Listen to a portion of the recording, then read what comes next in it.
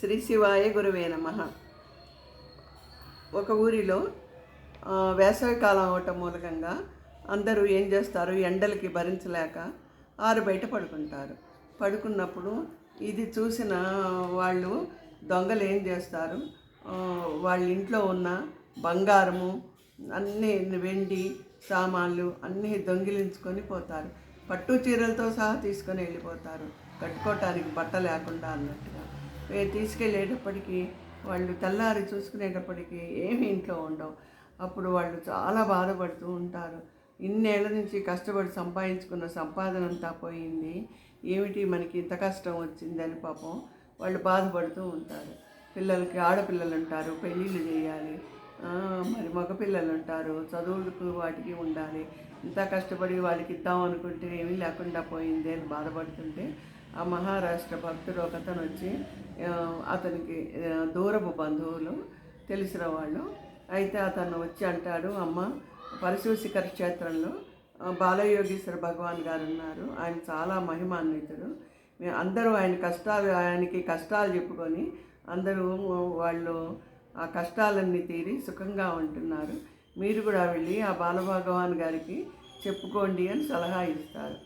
ఇచ్చేటప్పటికి వీళ్ళు వెళ్ళి ఆ బాలభగవానికి శరణు వేడి ఆయన పాదాల మీద పడి నమస్కారం చేస్తూ, భగవాన్ మాకు ఇన్నాళ్ళ నుంచి దాచుకున్న సొమ్మంతా పోయింది, ఇప్పుడు మేము వీధిన పడ్డాం, పిల్లలకి ఎలా పెళ్లి చేయాలి, ఆడపిల్లలు ఉన్నారు అని వాళ్ళు చాలా విలపిస్తే భగవాన్ అంటారు, పూర్వజన్మలో మీరు వాళ్ళకి బాకీ ఉన్నారేమో, పడి ఉంటారమ్మా, ఎందుకు బాధపడతారు అని చెప్పి కొంత ఊరట కలిగించే మాటలు చెప్తారు.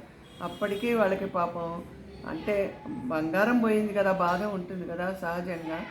కానీ వాళ్ళు బాధపడుతూ ఉంటే బాలభగవాన్ అంటారు, ఇదిగో ఇక్కడ అమ్మవారు ఉంది, చక్కగా మీరు అమ్మవారికి ప్రదక్షిణం చేసి ఒక కొబ్బరికాయ కొట్టి ఒక 5 అగరబత్తులు వెలిగించండి, మీ బంగారం దొరుకుతుంది అని భగవాన్ చెప్తారు. సరే అని భగవాన్ గారికి మొక్కి అనన్యమైన భక్తితో వాళ్ళు ఏం చేస్తారు, ఇంటికి వెళ్తారు. వెళ్ళిన తర్వాత ఓ 2 రోజులు గడిచిన తర్వాత ఆ బంగారం అంతా మూట గట్టి తీసుకొచ్చి తెల్లవారేటపడి వాళ్ళ వాకిలి ముందర ఉంటుంది. ఏమిటా అని చూసేటప్పటికి అందులో వాళ్ళు ఒక చీటీ రాస్తారు ఆ దొంగలు, మేము నిజంగా దొంగలం కాదు, మేము అప్పుల పాలైపోయినాము, అందువల్ల గత్యంతరం లేక మేము దొంగతనం చేయాల్సి వచ్చింది, మాకు అప్పు పుట్టింది, మా అప్పులు తీరినాయి, అందువల్ల మీ బంగారం మీకు ఇస్తున్నాము అని చెప్పి వాళ్ళు బంగారపు మూట అక్కడ పెట్టి వెళ్ళిపోతారు. అప్పుడు ఇంకా వాళ్ళ సంతోషానికి ఆనందమే లేదు. అప్పుడు వాళ్ళు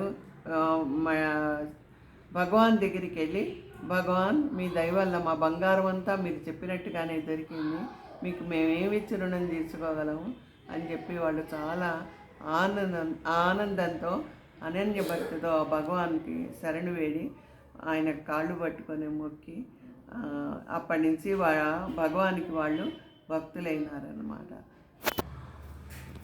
పంచపాండవుల గుట్ట మీద అమ్మవారు ఉంది కదా, ఆవిడ చాలా మహిమ గల అమ్మవారు అన్నమాట.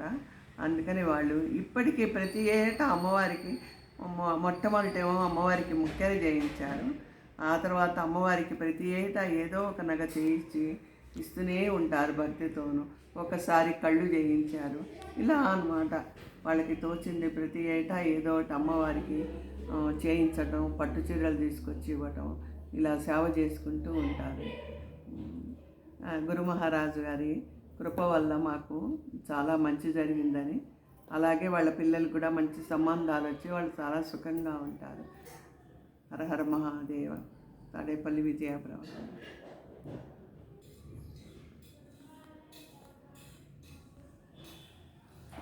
ఎన్ని